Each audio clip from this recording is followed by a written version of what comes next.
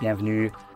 Devant moi, j'ai l'étui Folio Magic Keyboard pour iPad et je vais procéder au déballage ainsi qu'à un essai rapide d'ajustement et tester le clavier en lui-même. Alors, sans plus tarder, passons à l'action.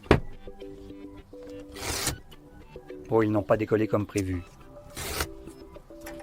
C'est assez proche. Tu te moques de moi, Apple? Peu importe, je suppose que c'est assez bon aussi. Bien que, étant donné que ce n'est pas un produit bon marché, j'aimerais vraiment que ceci se décolle correctement de cette poubelle. Mais dans tous les cas, en sortant l'étui, eh bien c'est la seule chose qui est dans la boîte.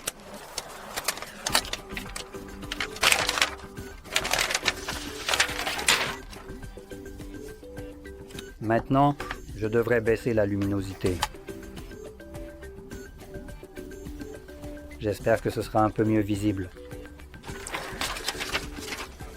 Je m'excuse si c'est un peu difficile à voir. Blanc sur blanc n'est probablement pas le meilleur type d'environnement pour cela, mais dans tous les cas, débarrassons-nous de ça. Donc ici, nous avons la première partie et débarrassons-nous de ça. Voici la deuxième. Donc, le clavier a le même type de sensation et de design que celui de l'iPad Air, bien que la différence soit que celui de l'iPad Air est en fait comme une seule pièce. Donc c'est juste un grand. Ici, vous l'avez en deux pièces. Maintenant, en prenant ceci, nous pouvons simplement prendre un iPad, le poser ici, et il va s'attacher magnétiquement et il tient assez bien dessus. Donc, et voyez, vous pouvez le déplacer avec un peu de force, mais il ne tombera jamais tout seul. Je suis assez sûr que je pourrais probablement le prendre. Commencer... Oh voilà. Oui, une fois que je commence à le secouer, il tombe, mais je dois vraiment le secouer pour essayer de le détacher. Maintenant, vous pouvez aussi voir que nous avons ce petit support ici, donc vous le relevez, et ensuite, nous avons des broches pogo sur le côté de l'appareil. Donc, nous les attachons ici, nous le relevons. Voilà, et vous êtes prêt à partir. Déplacez l'autre clavier hors du chemin. Et maintenant, j'ai si je peux vraiment le montrer. Fonctionnel, oh désolé. Trackpad fonctionnel comme vous pouvez le voir. Et le clavier fonctionne également. Donc voilà.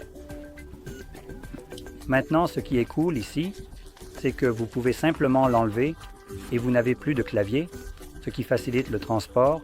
Et vous avez ce genre de couverture arrière qui protège votre appareil et vous permet de simplement relever le support et de le mettre en place comme ça quand vous le souhaitez. Mais évidemment, sans que les broches pogo soient connectées, cela ne fonctionnera pas. Et le connecter est également très facile car il s'attache magnétiquement assez fortement. Et vous pouvez ensuite le fermer. Et grâce aux aimants également dans l'étui, l'appareil, c'est-à-dire la tablette, c'est automatiquement qu'il est fermé, donc il verrouille l'écran de l'appareil, et puis quand vous le soulevez, il le déverrouille automatiquement. Juste pour illustrer cela.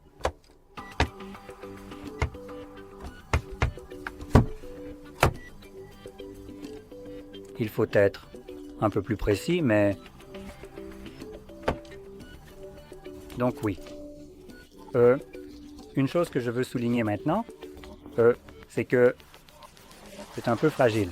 Comme vous pouvez le voir, je n'exerce pas vraiment beaucoup de force dessus, je mets juste un peu de friction pour pouvoir le déplacer. Donc ce genre de déplacement, étant donné que c'est là où se trouve le clavier, pourrait mettre des rayures sur l'écran juste ici. Bien que le clavier lui-même soit encastré, comme vous pouvez le voir, il n'est toujours pas, vous savez, complètement invulnérable à la flexion et juste. Vous savez, si vous le fermez, vous exercez une pression ici, cela pourrait simplement rayer l'écran. Donc je recommande fortement, avec ce cas spécifique, d'utiliser une sorte de protecteur d'écran pour le protéger du clavier qui finira par rayer l'écran. Et ce n'est pas une question de savoir si cela va arriver, comme se poser la question. Cela arrivera. Il suffit d'avoir, par exemple, un grain de poussière envoyé n'importe où, par exemple juste ici, et quand vous le fermez, ça va juste commencer à frotter sur l'écran et évidemment ça va le rayer. Donc utilisez un étui pour cela. Cela va évidemment rendre beaucoup plus facile pour vous d'avoir un appareil en parfait état. Et évidemment, lorsque le protecteur d'écran est rayé, vous le retirez simplement, vous en mettez un nouveau et c'est reparti. Et vous n'aurez pas, par exemple, un écran endommagé. Voilà donc. Maintenant, c'est tout ce qu'il y a à dire sur l'étui. Donc, si vous avez trouvé ça utile, cliquez sur j'aime, abonnez-vous et merci d'avoir regardé.